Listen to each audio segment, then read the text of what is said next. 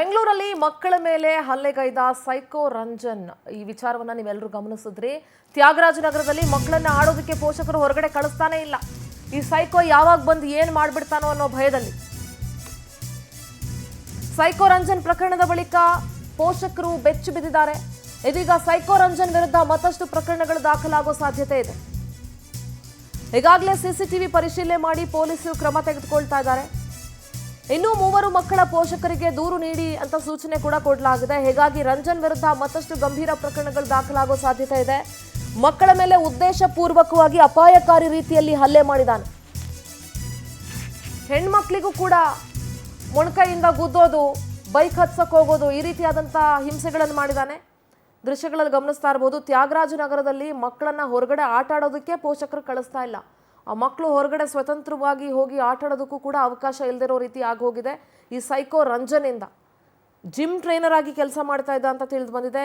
ಸಿಸಿಟಿವಿಗಳನ್ನು ಪರಿಶೀಲನೆ ಮಾಡಲಾಗಿದೆ. ಇನ್ನೂ 3 ಪ್ರಕರಣಗಳು ದಾಖಲಾಗೋ ಸಾಧ್ಯತೆ ಇದೆ. ತ್ಯಾಗರಾಜನಗರದ ಸೈಕೋ ರಂಜನ್ ಮೇಲೆ ಪೋಕ್ಸೋ ಪ್ರಕರಣ ದಾಖಲಾಗುತ್ತಾ ಅನ್ನೋ ಪ್ರಶ್ನೆ ಇದೆ. ಈ ಬಗ್ಗೆ ಗಂಭೀರ ಚಿಂತನೆ ನಡೆಸಿದ್ದಾರೆ ತ್ಯಾಗರಾಜನಗರ ಠಾಣೆ ಪೊಲೀಸರು. ಸದ್ಯ ಬನಶಂಕರಿಯಲ್ಲಿ ಮಗು ಮೇಲಿನ ಹಲ್ಲೆ ಕೇಸ್ ಮಾತ್ರ ದಾಖಲಾಗಿದೆ. ಆದರೆ ಸಿಸಿಟಿವಿಯಲ್ಲಿ ಬಾಲಕಿಯರ ಮೇಲೆ ಹಲ್ಲೆಗೈದಿದ್ದು ಕೂಡ ಪತ್ತೆಯಾಗಿದೆ. ಆ ದೃಶ್ಯಗಳಿಗೆ ಆಲ್ರೆಡಿ ಮಾಧ್ಯಮಗಳಲ್ಲಿ ವರದಿಯಾಗಿದೆ. ಬಾಲಕಿ ಮೇಲಿನ ಹಲ್ಲೆಗೆ ಪೋಕ್ಸೋ ಕೇಸ್ ದಾಖಲಿಸಿ ತನಿಖೆ ನಡೆಸೋದ್ರ ಬಗ್ಗೆ ಪರಿಶೀಲನೆಯನ್ನ ಮಾಡಲಾಗ್ತಾ ಇದೆ.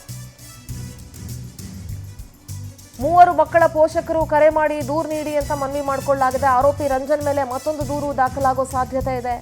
ಹೆಣ್ಮಕ್ಳಿಗೂ ಕೂಡ ಈತ ಹೊಡೆದು ಅಥವಾ ಈ ರೀತಿ ಹಲ್ಲೆ ಮಾಡಿರುವಂತಹ ವಿಜುವಲ್ಸ್ ಲಭ್ಯ ಆಗಿದೆ. ಸೈಕೋ ರಂಜನ್ ಪ್ರಕರಣದ ಬಳಿಕ ಆ ರಸ್ತೆಯಲ್ಲಿ ಮತ್ತು ಆ ಏರಿಯಾದಲ್ಲಿ ಪೋಷಕರು ಬೆಚ್ಚಿ ಬಿದ್ದಿದ್ದಾರೆ. ಆತನ ಮಾನಸಿಕ ಸ್ಥಿತಿ ಸರಿ ಇದೆಯಾ ಅನ್ನೋದ್ರ ಬಗ್ಗೆ ಪತ್ತೆ ಮಾಡೋದಕ್ಕೆ ವರದಿಗೋಸ್ಕರ ಕಾಯಲಾಗ್ತಿದೆ. ನಿಮಾನ್ಸ್ ವರದಿ ಬಂದ ಮೇಲೆ ಆತನ ಮೇಲೆ ಕ್ರಮ ತೆಗೆದುಕೊಳ್ಳೋದಕ್ಕೆ ಚಿಂತನೆಯನ್ನ ನಡೆಸಲಾಗ್ತಾ ಇದೆ. ಪೊಲೀಸ್ ಕಂಪ್ಲೇಂಟ್ ಬಂದಾಗಲೇ ನಮ್ಗೆ ಗೊತ್ತಾಗಿದ್ದು. ನಾವು ಈ ಪಕ್ಕದ ಮನೆ ಆ ಹುಡುಗ ಇದ್ದಾನಲ್ಲ, ಆ ಹುಡುಗನ ಪಕ್ಕದ ಮನೆಯವ್ರು ನಾವು, ನಮಗೆ ಭಾಳ ಹಿಂಸೆ ಕೊಡ್ತಾ ಇದ್ದಾರೆ. ನಮ್ದು ಇಲ್ಲಿ 4 ತೆಂಗಿನ ಮರ ಇತ್ತು. ಅಲ್ಲಿಂದ ಗರಿ ಬೀಳೋದು, ಕಾಯಿ ಬೀಳೋದು, ಗರಿಗಳೆತ್ತಿ ಮನೆಯೊಳಗೆ ಬಿಸಾಕೋರು, ಆಮೇಲೆ ಗಿಡಗಳ ಮೇಲೆ ಬಿಸಾಕೋರು, ಹಿಂಗಾಗಿ ಭಾಳ. ಆಮೇಲೆ ಕಚ್ಚಡ ಎತ್ತಿ ಬಿಸಾಕೋರು ನಮ್ಮ ಮನೆ ಕಾಂಪೌಂಡ್ ಒಳಗೆ. ಎಷ್ಟು ಹೇಳಿದ್ರು ಕೇಳ್ತಾ ಇರಲಿಲ್ಲ.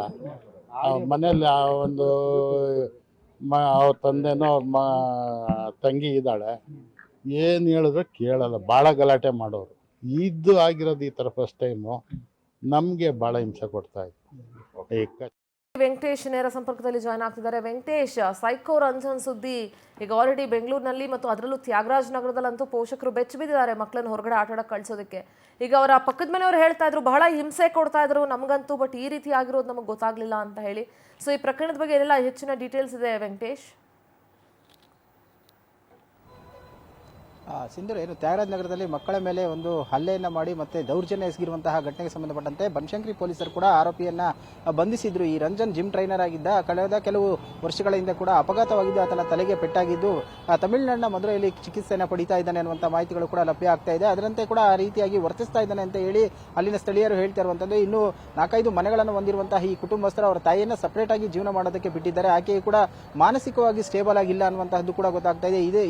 ಈತನು ಕೂಡ ಅದೇ ರೀತಿಯಾಗಿ ವರ್ತನೆಯನ್ನ ಮಾಡ್ತಾ ಇದ್ದಾನೆ. ಮನೆ ಮುಂದೆ ಬಿದ್ದಂತಹ ತೆಂಗಿನ ಗರಿ ಇರಬಹುದು, ಕಚಡ ಇರಬಹುದು, ಎಲ್ಲವನ್ನ ತೆಗೆದು ಎದುರು ಮನೆಯವರಿಗೆ ಎಸೆಯುವಂತದ್ದು, ಅಕ್ಕಪಕ್ಕದ ನಿವಾಸಿಗಳಿಗೂ ಕೂಡ ತೊಂದರೆ ಕೊಡುವಂತಹ ಕೆಲಸವನ್ನ ಮಾಡ್ತಾ ಇದ್ದಾನೆ ಅನ್ನುವಂಥದ್ದು ಅಲ್ಲಿನ ಸ್ಥಳೀಯರು ಕೂಡ ಹೇಳ್ತಾ ಇರುವಂತದ್ದು. ಯಾಕಂದ್ರೆ ಪ್ರತಿನಿತ್ಯ ಕೂಡ ಒಂದಲ್ಲ ಒಂದು ವಿಚಾರಕ್ಕೆ ಜಗಳವನ್ನ ಮಾಡದೇ ಇವರು ಕಾಯಕವನ್ನ ಮಾಡ್ಕೊಂಡಿದ್ದಾರೆ. ಹಾಗಾಗಿ ಯಾರು ಕೂಡ ಅವರೊಟ್ಟಿಗೆ ನಾವು ಮಾತನಾಡೋದಕ್ಕೂ ಕೂಡ ಮುಂದಾಗ್ತಾ ಇಲ್ಲ ಅಂತ ಹೇಳ್ತಾ ಇರುವಂತದ್ದು. ಇದರ ಬೆನ್ನಲ್ಲೇ ಈ ಹಲ್ಲೆಗೆ ಸಂಬಂಧಪಟ್ಟಂತೆ ಈಗ ಏನು ದೀಪಿಕಾ ಜೈನ್ ಅವರೊಂದು ದೂರು ಕೊಟ್ಟಿದ್ದಾರೆ. ಅದರಂತೆ ಆ ಮಕ್ಕಳ ಮೇಲೆ ಯಾರ್ಯಾರ ಮೇಲೆ ಹಲ್ಲೆ ಮಾಡಿದ್ದಾರೆ ಅವರ ಪೋಷಕರನ್ನು ಕೂಡ ಈಗ ಮಕ್ಕಳ ಆಯೋಗ ಕೂಡ ಸಂಪರ್ಕ ಮಾಡಿದ್ದು ದೂರನ್ನು ಕೊಡೋದಕ್ಕೂ ಕೂಡ ಮನವಿಯನ್ನ ಮಾಡಿದ್ದಾರೆ. ಅವರು ದೂರು ಕೊಟ್ಟರೆ ಅದರ ಮೇಲೆ ಕೂಡ ಒಂದು ಎಫ್ಐಆರ್ ಕೂಡ ದಾಖಲಾಗುತ್ತೆ. ಅದಾದ ಬಳಿಕ ಈತನನ್ನ ಇನ್ನೂ ಮತ್ತಷ್ಟು ಇನ್ವೆಸ್ಟಿಗೇಷನ್ ಮಾಡೋ ಸಾಧ್ಯತೆ ಇದೆ. ಅಲ್ಲದೆ ಈತ ಮಾನಸಿಕವಾಗಿ ಸ್ಥೀಮಿತವನ್ನು ಕಳೆದುಕೊಂಡಿದ್ದಾನೆ ಅನ್ನುವಂತಹದ್ದು ಹಿನ್ನೆಲೆಯಲ್ಲಿ ನಿಮಾನ್ಸ್ಗೆ ಕರ್ಕೊಂಡು ಹೋಗಿ ಆತನನ್ನ ಪರೀಕ್ಷೆ ಮಾಡುವ ಸಾಧ್ಯತೆ ಇದೆ. ಅಲ್ಲಿ ರಿಪೋರ್ಟ್ ಬಂದ ನಂತರ ಮತ್ತಷ್ಟು ಹೆಚ್ಚಿನ ವಿಚಾರಣೆಯನ್ನು ಕೂಡ ಮಾಡ್ತಾರೆ. ಅಲ್ಲದೆ ಈತನ ಹಿನ್ನೆಲೆ ಏನು ಅನ್ನೋದ್ರ ಬಗ್ಗೆ ಈಗಾಗಲೇ ಅವರಿಗೂ ಕೂಡ ತಿಳಿದಿರುವಂತಹದ್ದು.